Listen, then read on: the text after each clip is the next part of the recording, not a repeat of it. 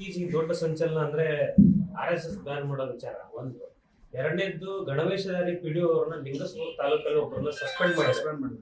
ಅವರು ಗಣವೇಶಧಾರಿಯಾಗಿ ಇದ್ ಮಾಡಿದ್ರು, ತಾಲೀಮಲ್ಲಿ ಭಾಗವಹಿಸಿದ್ರು ಅನ್ನೋ ಕಾರಣ. RSS ಕಾರ್ಯಕ್ರಮದಲ್ಲಿ ಭಾಗಿಯಾಗಿದ್ದಂತ ಸರ್ಕಾರಿ ನೌಕರರನ್ನ ಸಸ್ಪೆಂಡ್ ಮಾಡೋಂಥ ಕೆಲಸ ಅಂತ.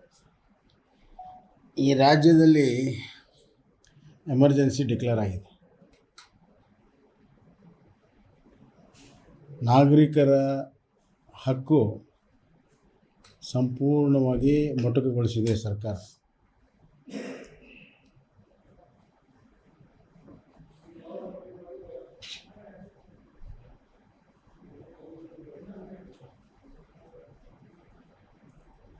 ಕಾನೂನಲ್ಲಿ ರಾಜಕೀಯ ಚಟುವಟಿಕೆಗಳಲ್ಲಿ ಸರ್ಕಾರಿ ನೌಕರಿ ಇರಬಾರ್ದು ಅಂತಿದೆ.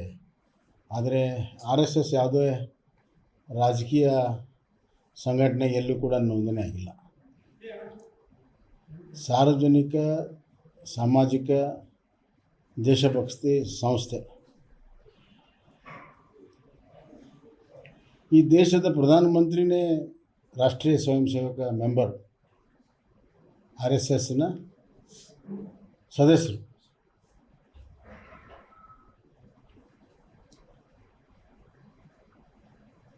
ಆದರೆ ಈ ದೇಶ ನಡೀತಿರುವಂಥದ್ದು ಸಂವಿಧಾನದ ಮೇಲೆ, ಸಂವಿಧಾನದ ಮುಖಾಂತರ ರಚನೆ ಆಗಿರುವಂಥ ಕಾನೂನಿನ ಮೇಲೆ ಮತ್ತು ಕಾಲಕ್ಕೆ ಬಂದಿರೋ ಕೋರ್ಟ್ ಆದೇಶದ ಮೇಲೆ.